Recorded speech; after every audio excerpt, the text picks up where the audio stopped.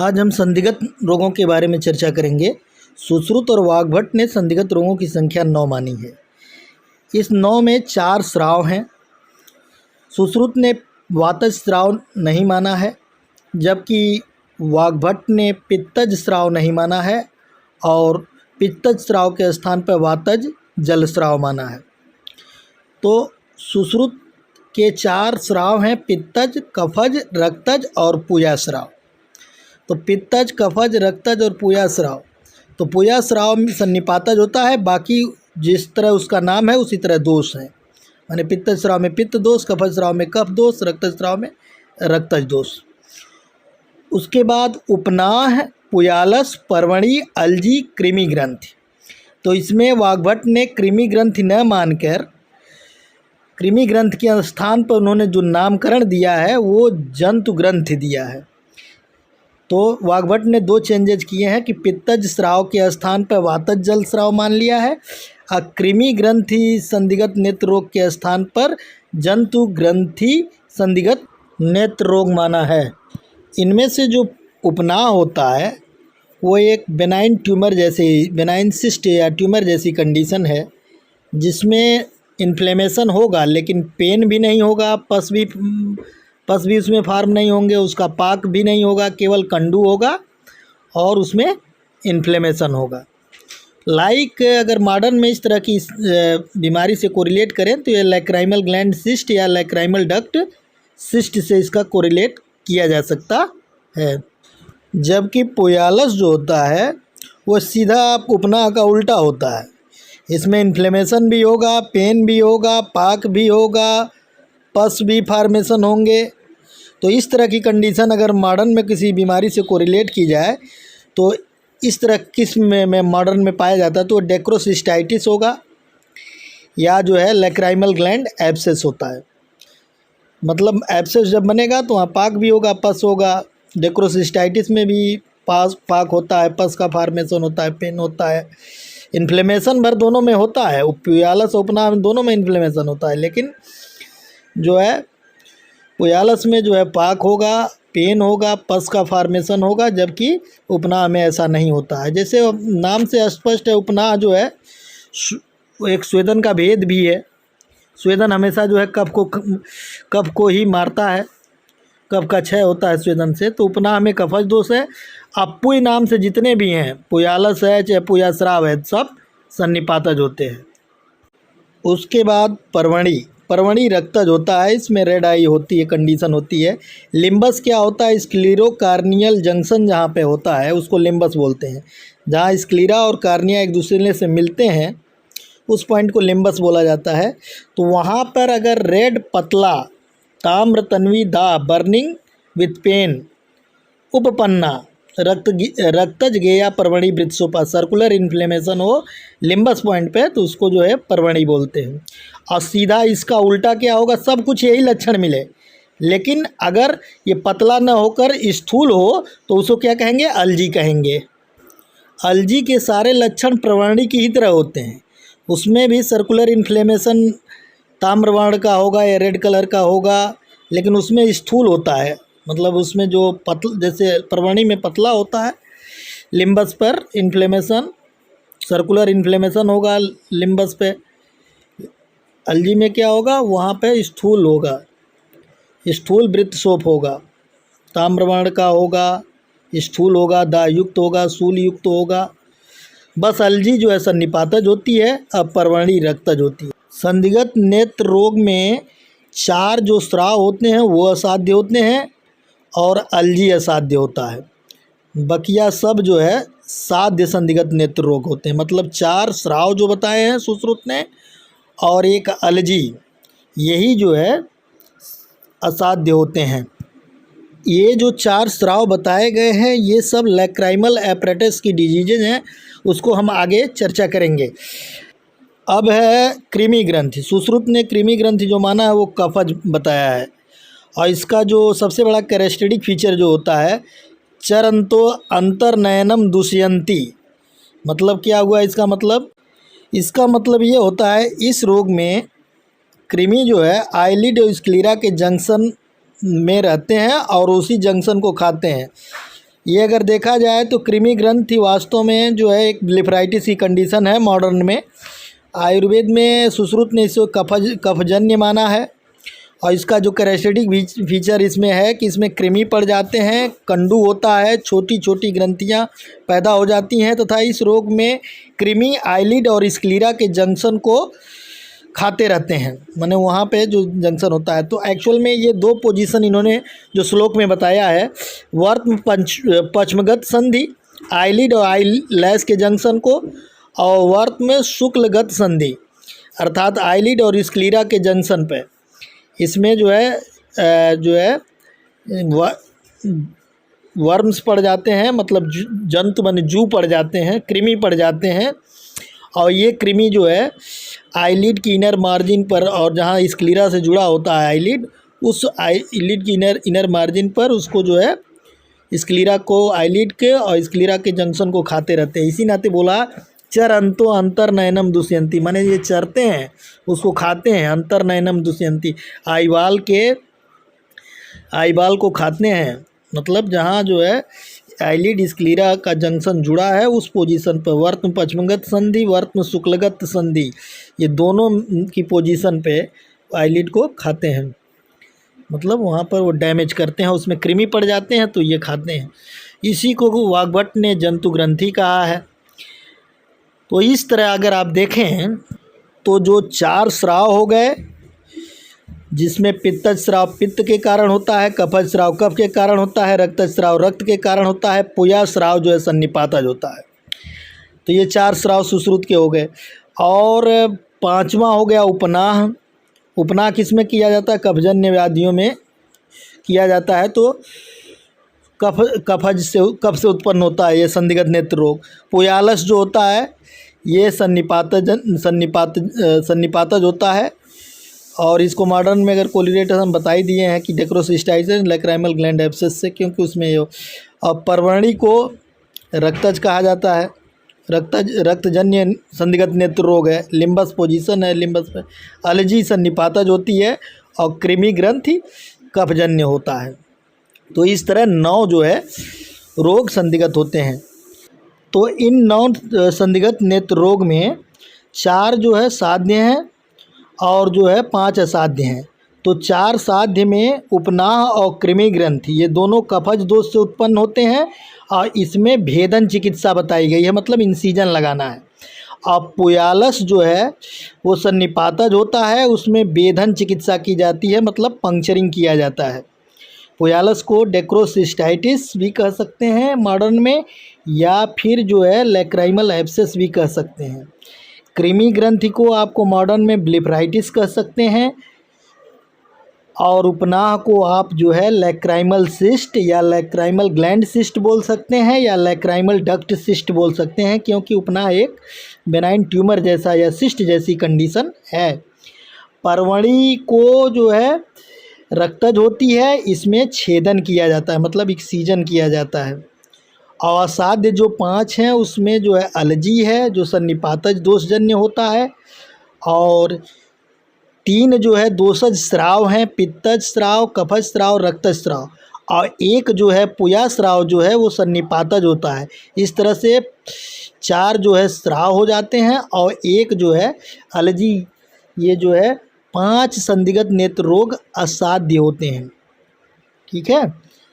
और पित्तज स्राव के जगह वाग्भट ने वातज जल स्राव माना है, और इसमें कृमि ग्रंथि को वाग्भट ने जंतु ग्रंथि नाम से वर्णन किया है। याद रखने के लिए आपको इस तरह कर सकते हैं, साध्य सन्नी पुयालस बेधा, असाध्य त्रय स्राव सन्नी पुयालस अलजी। माने साध्य जो होता है वो सन्निपातज होता है, पुयालस होता है उसमें भेदन करते हैं, और असाध्य जो होता है 3 स्राव होते हैं, पित्तज, कफज, रक्तज, ये 3 स्राव होते हैं, और सन्निपातज जो है पुया स्राव और अलजी ये असाध्य होते हैं। कफज उपनाह कृमि ग्रंथि भेदा, माने कफज उपनाह और कृमि ग्रंथि में भेदन किया जाता है। रक्तज पर्वणी छेदा, और रक्तज जो होता है पर्वणी संदिग्ध नेत्र रोग में छेदन किया जाता है। अब हम इसके लैक्राइमल अपरेटस कैसे काम करता है, मतलब टीयर का फॉर्मेशन कहाँ से शुरू होता है और कहाँ किस होते हुए फिर नाक के अंदर कैसे आता है, और जब एक्सेस बनता है तो वो कैसे जो है बाहर निकलता है, उस मैकेनिज़्म को समझेंगे। इस मैकेनिज़्म को में भाग लेने वाले जितने भी पार्ट होते हैं उनको कलेक्टिवली टर्म में लैक्राइमल अपरेटस कहा जाता है।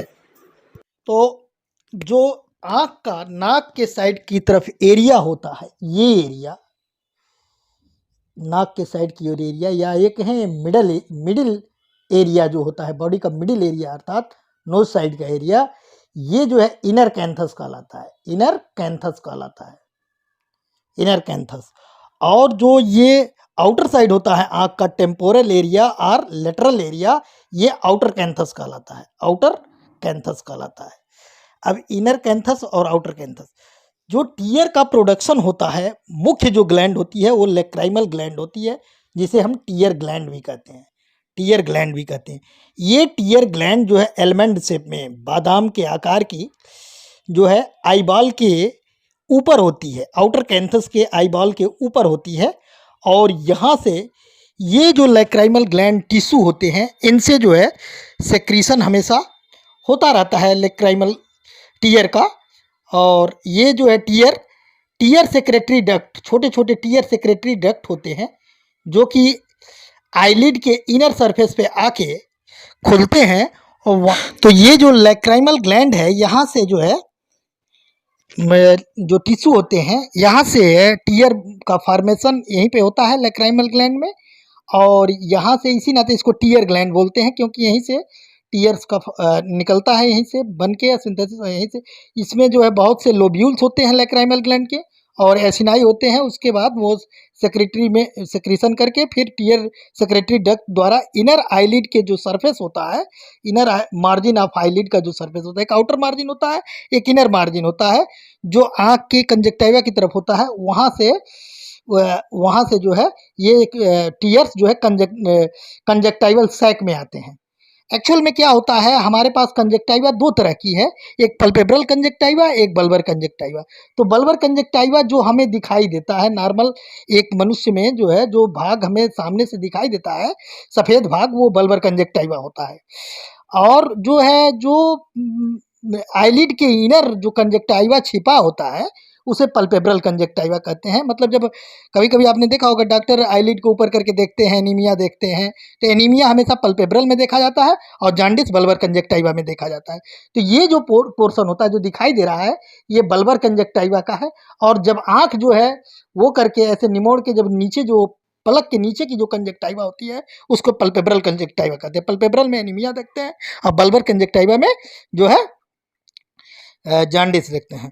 तो ये जो ये यहाँ से टीयर निकला। अब कुछ inner margin of eyelid, inner margin of eyelid पे बहुत जो है सारी जो है या यूं कहें कि पल्पेब्रल कंजक्टाइवा, इनर मार्जिन पे न कह के कहें कि पल्पेब्रल कंजक्टाइवा में बहुत सारे एसेसरी टीयर ग्लैंड पाए जाते हैं। पल्पेब्रल कंजक्टाइवा में बहुत सारे एसेसरी टीयर ग्लैंड पाए जाते हैं। और ये एसेसरी टीयर ग्लैंड जो है ये सेक्रीट करते हैं, तो ये भी आंसू बनाने में सहायक होते हैं। लेकिन मेन ग्लैंड जो है लैक्राइमल ग्लैंड होती है। उसके बाद इनर मार्जिन ऑफ आईलिड के जो इनर मार्जिन होता है, वहाँ पे मीबोमियन ग्लैंड भी पाई जाती है, जिससे एक सिबेसियस टाइप में ऑयली सब्सटेंस निकलता है, वो भी जो है लुब्रिकेशन का काम करता है। इसका मतलब हमारे पास जो एसेसरी टीयर ग्लैंड है वो पल्पेब्रल कंजक्टाइवा में है। ठीक है, पल्पेब्रल कंजक्टाइवा में एसेसरी टीयर ग्लैंड पाई गई। और जो है इनर मार्जिन ऑफ जो आईलिड है, वहाँ पे हमें क्या मिला, मीबोमियन ग्लैंड जो है हमें मिली। और ये मीबोमियन ग्लैंड जो है आयल सब्सटेंस जो है आयली टाइप में सब्सटेंस सेक्रेट करती हैं, जो लुब्रिकेशन। जब आप बार बार आँख ऊपर नीचे होती है तो उसमें आयल प्लस ये टीयर ग्लैंड, टीयर से आंसू और आयल, और ये भी एसेसरी टीयर ग्लैंड, ये मिलके जो है वो उसको जो है लुब्रिकेशन का काम करते हैं।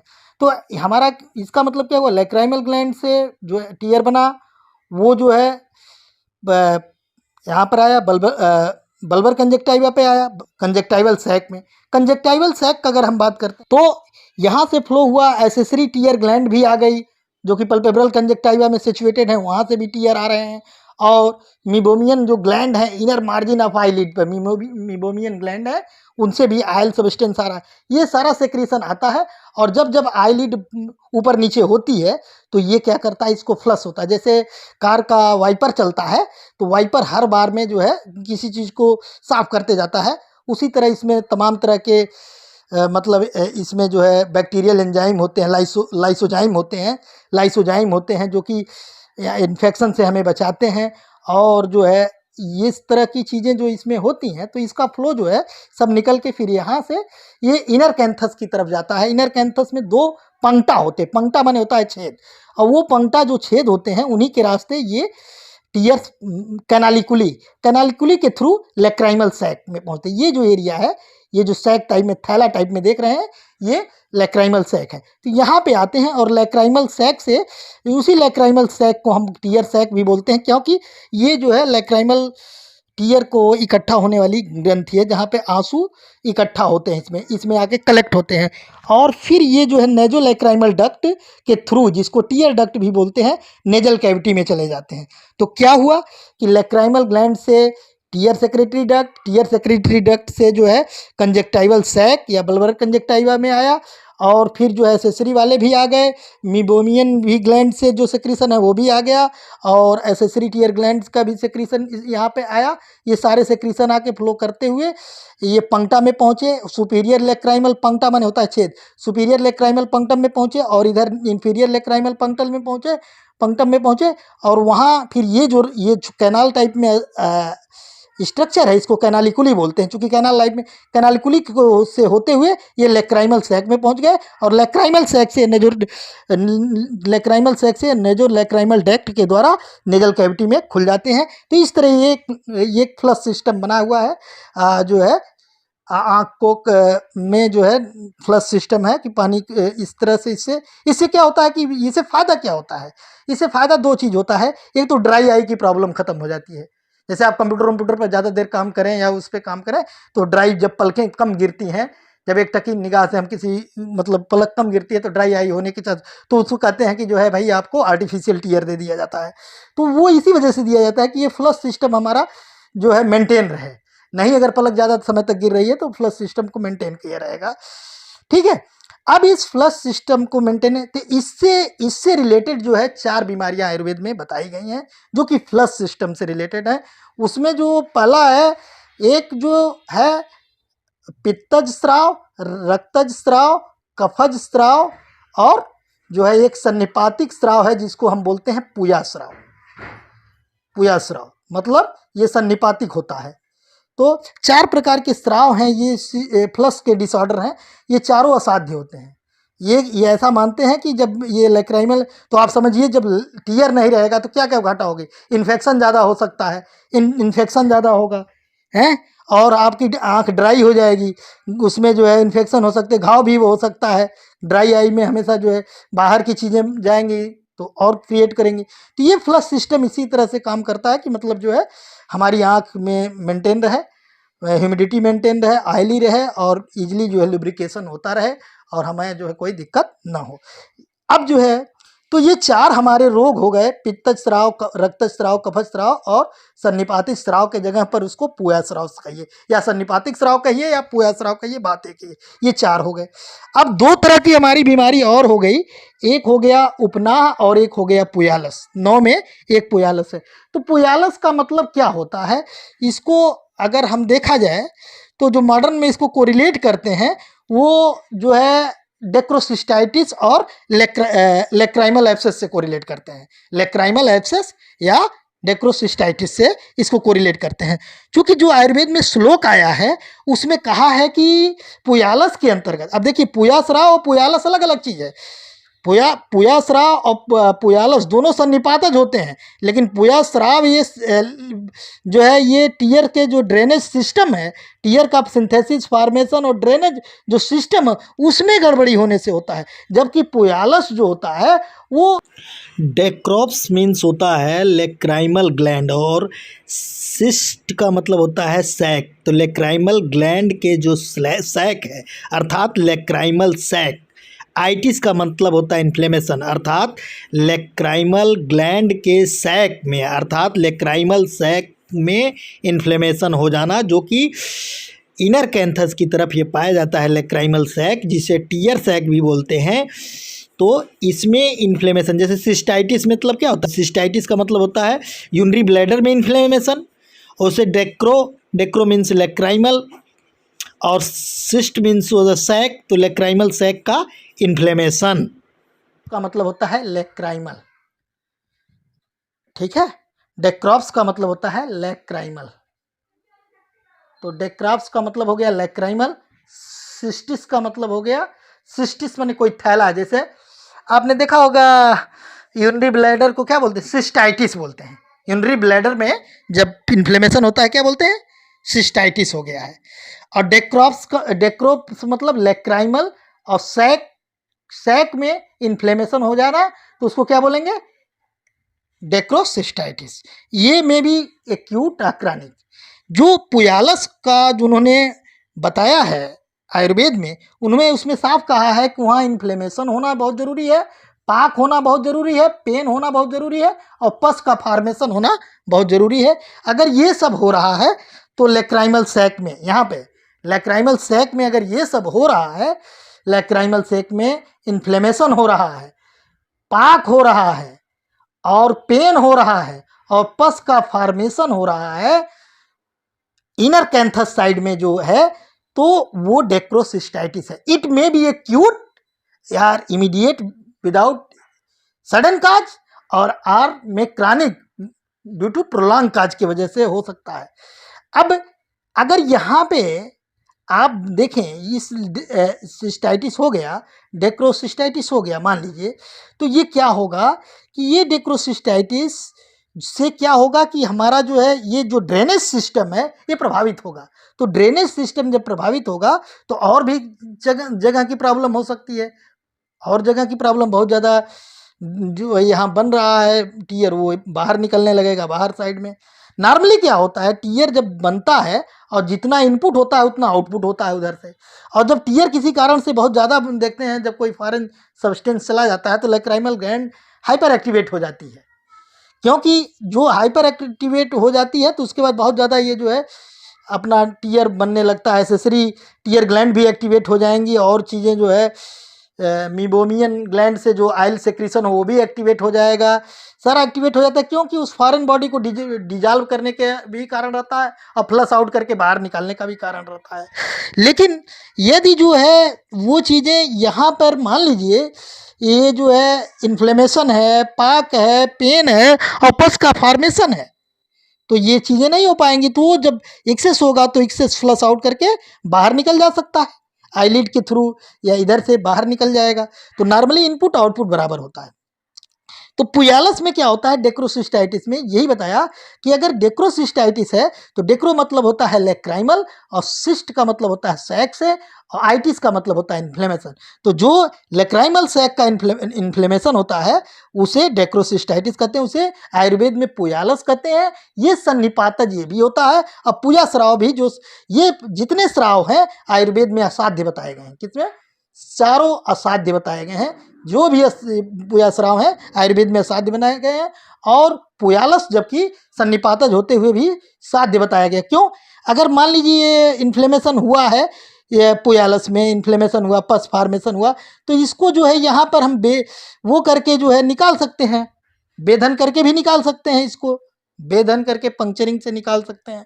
तो ये इसको करके निकाल सकते हैं। और दूसरी बात, अगर कभी कभी ये पंक्टा ब्लॉक कर जाता है तो इसे मसाज कराते हैं, जिसको बोलते हैं कि ब्लॉकेज छोटे छोटे बच्चों में जाते हैं तो बहुत ज़्यादा यहाँ सूजन हो, मतलब थोड़ा सूजन रहती है तो जान जाते हैं डेक्रोसिस्टाइटिस है। तो आँख में वो बताते हैं कि इस तरह अंगूठे से ऐसे ऐसे मसाज करते रहिए, इधर से इस साइड में ऐसे ऐसे, तो वो पंक्टा खुलने के लिए है। कभी कभी आपने देखा होगा, इसको बोलते हैं लेक्राइम, ये मसाज होता है, मसाज भी बोलते हैं। अगर ये नहीं है तो इसमें सिरिंजिंग भी कर सकते हैं, निडल डाल के। पंक्टा अगर ब्लॉक है तो निडल डाल के इसको जो है इस चैनल को क्लियर कर देंगे, तभी ये हो जाएगा। कभी कभी मसाज करते हैं, इसका लेक्राइमल सैक का मसाज करते हैं। कभी अगर उससे भी नहीं खुलता है ये पंक्टा तो उसमें जो है सिरिंज डाल देते हैं, सिरिंज से इसको डाल के इसका मतलब इसको रूट को क्लियर करते हैं, और रूट को क्लियर करके ऐसे होते हैं।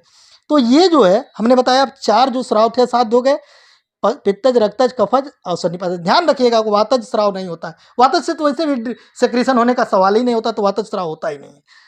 और पुयालस में आप देखेंगे तो पुयालस और पुया स्राव में अंतर ये है, पुयालस डेक्रोसिस्टाइटिस है, क्योंकि आयुर्वेद का जो श्लोक बोल रहा है कि इसमें जो है इन्फ्लेमेशन होना चाहिए, पाक होना चाहिए, पेन होना चाहिए और पस फॉर्मेशन होना चाहिए, तब जाके वो जो है उसको पुयालस कहेंगे।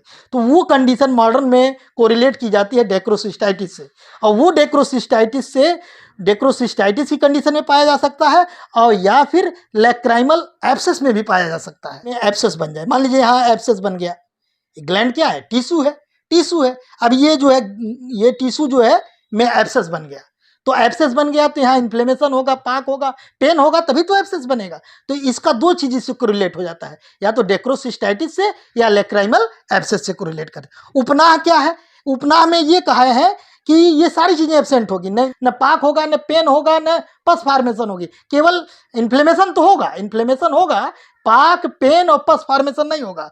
और जो सॉलिड टाइप में होगा और उसमें केवल खुजली ज़्यादा होगी उपनाह में, और उसको बताया एक कफज है, कफ के कारण कंडू होता है तो उपनाह में।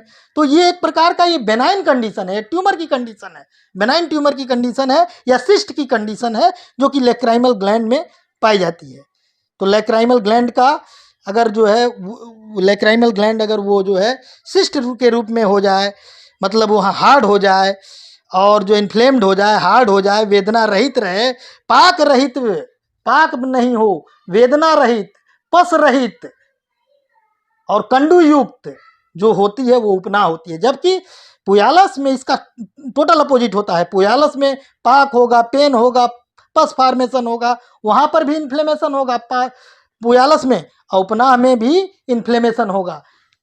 बस एक ही बात कॉमन है कि दोनों में इन्फ्लेमेशन है, लेकिन ये ट्यूमर वाला इन्फ्लेमेशन है, सॉलिड इन्फ्लेमेशन है, और वो जो है पस टाइप में, लिक्विड टाइप में, सेमी लिक्विड टाइप में इन्फ्लेमेशन है, डेक्रोसिस्टाइटिस। तो उपनाह में क्या होगा कि कंडू ज़्यादा होता है, और इसको अगर देखा जाए मॉडर्न से कोरिलेट करें तो ये लेक्राइमल सिस्ट से जाके कोरिलेट होता है।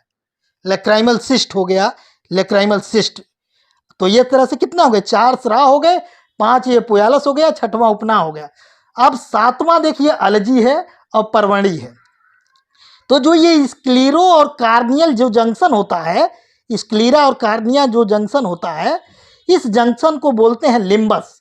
क्या बोलते हैं, लिम्बस बोलते हैं। इस जंक्शन को लिम्बस बोलते हैं, स्क्लीरो कार्नियल जंक्शन। ये दोनों बीमारियां अलजी और परवणी ये स्क्लीरो कार्नियल जंक्शन की हैं। अब जो है क्या होता है कि इसमें जो है परवणी में ये स्क्लीरो कार्नियल जंक्शन पे ताम्रवर्ण की, तन्वी माने पतली, इसका जो श्लोक है आप यहाँ देखें, थोड़ा सा हम इसको और वो करते हैं तो आप देखें तो इसमें जो है साफ साफ लिखा है, जो इसको और थोड़ा सा अगर ऐसे करें तो इसमें साफ साफ लिखा है, देखें, ताम्र तन्वी दाह शूला उपपन्ना रक्त गेया परवणी वृत्त सोफा।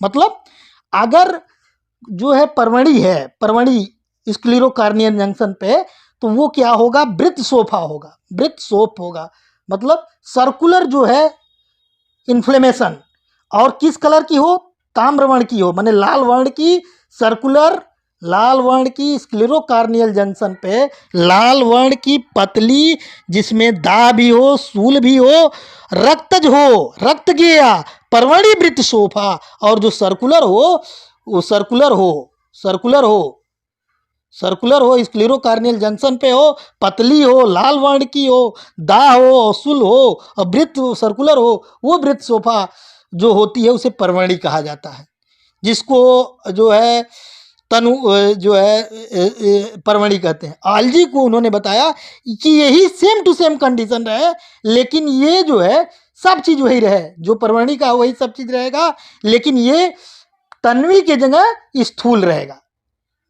अगर यहाँ पर जो स्क्लेरोकार्नियल जंक्शन पे स्थूल जो है सर्कुलर टाइप में संरचना बनती है, श्लोक में जो बोला है उसने साफ साफ लिखा है कि इसी नाते अलजी और परवणी का एक साथ वर्णन किया है।